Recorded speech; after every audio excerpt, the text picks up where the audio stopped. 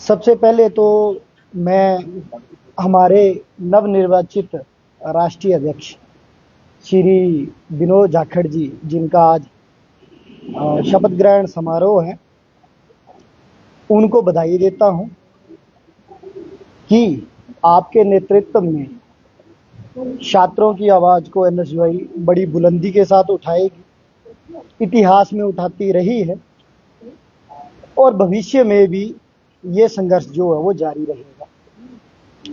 जैसा कि आप सभी जानते हैं कि केंद्रीय विश्वविद्यालय हिमाचल प्रदेश केंद्र सरकार का एक प्रतिष्ठित संस्थान है, जिसमें शिक्षा और शोध के क्षेत्र में जो है वो हम आगे बढ़ रहे हैं। लेकिन जब इतने बड़े लेवल पे कोई काम होता है, उसमें त्रुटियां भी रहती हैं, कमियां भी रहती हैं, भ्रष्टाचार भी होता है, इस तरह की कई घटनाएं होती हैं।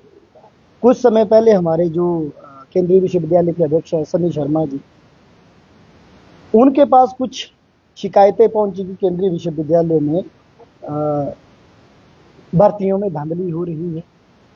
जो केंद्रीय विश्वविद्यालय ने अपना 16वां स्थापना दिवस मनाया, उसमें जो शोधार्थियों को उत्कृष्ट पुरस्कार दिए गए, जिनको उनकी मेहनत के आधार पे जो पुरस्कार दिए गए, उनको केंद्रीय विश्वविद्यालय हिमाचल प्रदेश जो परिवार है उनको बधाई देता है कि आप शोध के क्षेत्र में, शिक्षा के क्षेत्र में ऐसे ही मेहनत करते रहे, तरक्की करते रहे, आपका नाम देश में, विदेश में, पूरे जगत में हो। लेकिन जिन्हें भाई भतीजावाद के चलते वो पुरस्कार दिए गए,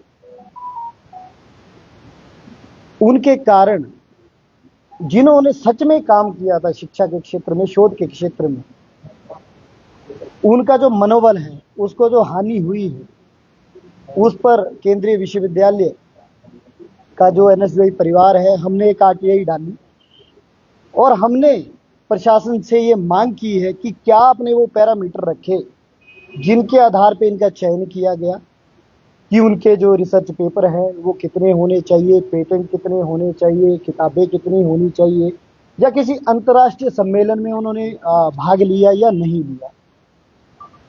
हमने ये आरटीआई डाली है और हम ये आशा करते हैं, हम ये आशा करते हैं कि इन बिंदुओं पे केंद्रीय विश्वविद्यालय जो है वो जवाब देगा। जो सिलेक्शन कमेटी थी इसमें, उनकी भी सूची जो है वो हम मांग रहे हैं कि ऐसे कौन से वो प्रोफेसर हैं हमारे सम्माननीय, जिन्होंने अपने विवेक के आधार पर ये लिस्ट तैयार की है, और इसके ऊपर जो है हम कड़ा रुख अपनाएंगे। जिन छात्रों के साथ ये भेदभाव हुआ है, उनके साथ हमारा जो एनएसयूआई परिवार है वो कंधे से कंधा मिला के खड़ा है। दूसरा, एक आरटीआई और डाली गई कि केंद्रीय विश्वविद्यालय जब से खुला है, उसमें जितनी भी एडवर्टाइजमेंट हुई, टीचिंग और नॉन टीचिंग दोनों, उनकी जानकारी उपलब्ध करवाई जाए। जितने भी अभ्यर्थी थे जिन्होंने उसमें आवेदन किया था, उनके जो डॉक्यूमेंट्स हैं, दस्तावेज हैं, वो प्रकाशित किए जाएं, हमें उपलब्ध करवाए जाए।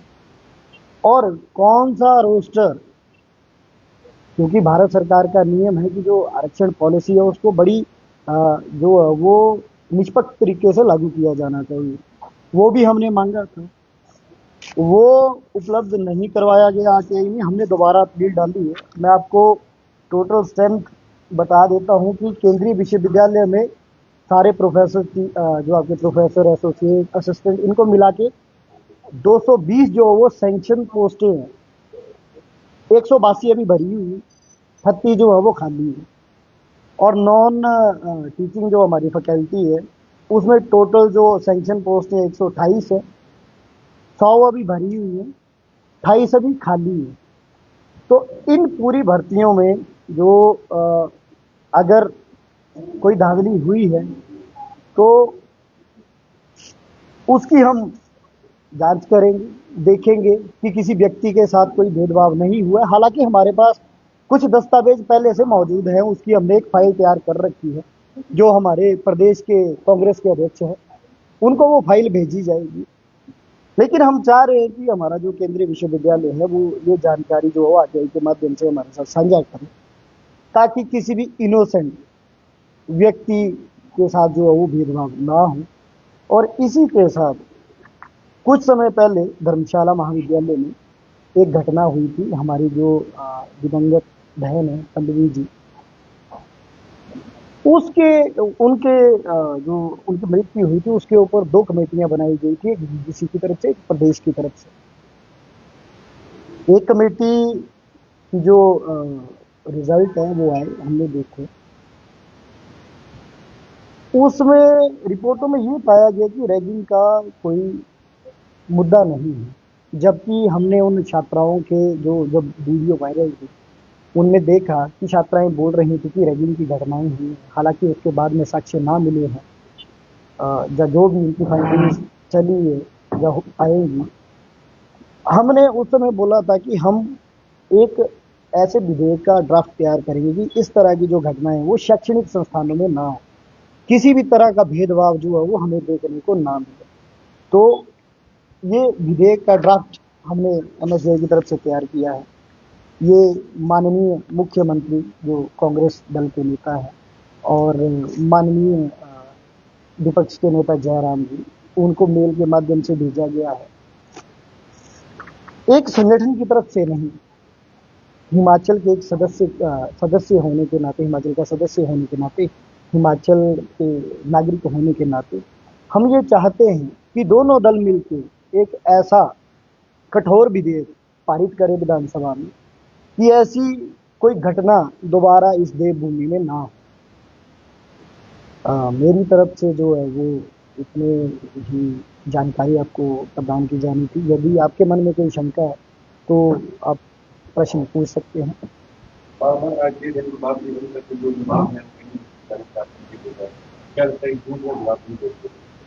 कुछ दाल में काला होगा, दाल में काला होगा तभी जानकारी साझा नहीं की जा रही है। यदि कुछ दाल में काला नहीं तो जानकारी देने में क्या हर्ज है। ऐसा तो है नहीं कि हम कहीं सेना के ठिकानों की जानकारी मांग रहे हैं या कोई गुप्त जानकारी ऐसे जिससे भारत की एकता और अखंडता को हानि हो सकती है, ऐसी कोई जानकारी मांग रहे हैं।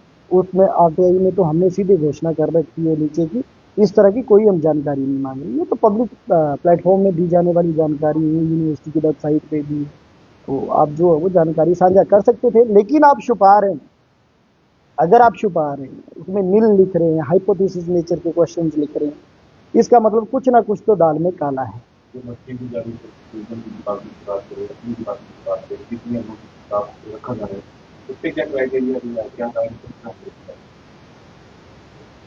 सर, एक असिस्टेंट प्रोफेसर बनने के लिए जो न्यूनतम यूजीसी की तरफ से जो योग्यता है वो किसी भी विषय में पीजी और नेट या सेट जो है वो होता है। उसके अलावा पब्लिकेशंस में शोध पत्र वगैरह जो होते हैं तो वो भी होते हैं। लेकिन कई विश्वविद्यालयों में आपने देखा होगा, अभी हाल ही में एक एसटीयू का केस आया है, उसमें दस्तावेज फर्जी पाए गए, एफआईआर दर्ज हुई। तो इस तरह की घटनाएं आप देखिए। अगर दाल में कुछ काला नहीं है तो आप जानकारी साझा कीजिए। जानकारी देने में क्या कोई हर्ज नहीं है जानकारी देने में।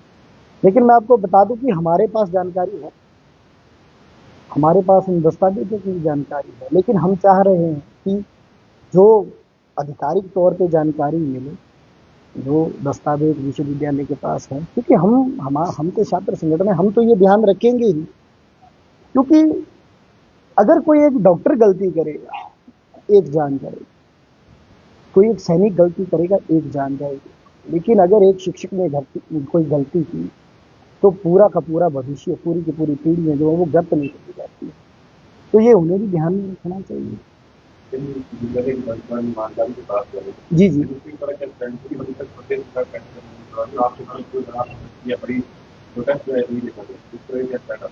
बिल्कुल। ये जो विश्वविद्यालय है निश्चित ही ये जो वो राजनीति की बड़ी चढ़ा है, इसमें कोई दो राय नहीं है। ये विश्वविद्यालय बहुत जल्दी बन जाना चाहिए था। इसमें जो वो हिमाचल का ही अहित हो रहा है।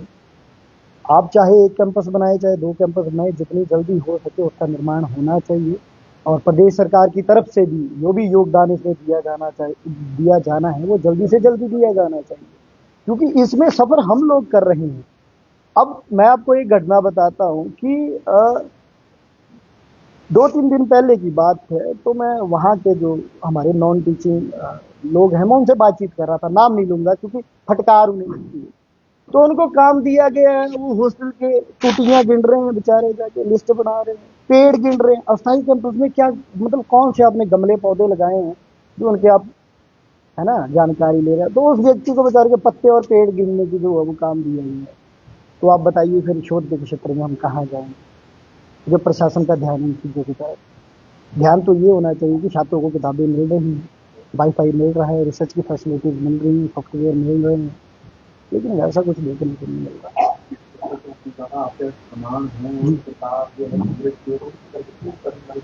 समझ है उनकी तरफ से दिए जाते हैं, लेकिन उनकी तरफ से क्यों या आपको ऐसा कुछ कदम उठाया गया कि ऐसा धांधली हो गई इसको लेकर, क्योंकि उनकी तरफ से अभी कोई बात उठी नहीं है। देखिए, अ, ये क्योंकि हमारे पास जो अभी जो परिसर हैं, वो अस्थायी हैं। हम ये मानते हैं कि अस्थायी परिसरों में आप पूरी सुविधाएँ नहीं दे सकते। नहीं, हाँ जी। हाँ जी, हाँ जी। और आपके प्रमाण भी है। बिल्कुल, बिल्कुल, बिल्कुल। लेकिन प्रदेश सरकार जो है उसके ऊपर कोई कदम नहीं उठा रही है। सर पहले तो हम यहाँ के प्रशासन से मांग कर रहे हैं कि अगर कोई धांधली हुई है तो ये उनके ऊपर जांच बिठाए, है ना? देखे कि इसमें कुछ गलत नहीं हुआ है। अगर ये उसमें जो है वो असक्षम रहते हैं तो फिर हम आगे की तरफ बढ़ेंगे। जल्द से जल्द पहुंच जाएगा। ये सर आगे ही आपके सामने सारे प्रमाण आपके सामने आप देख सकते हैं।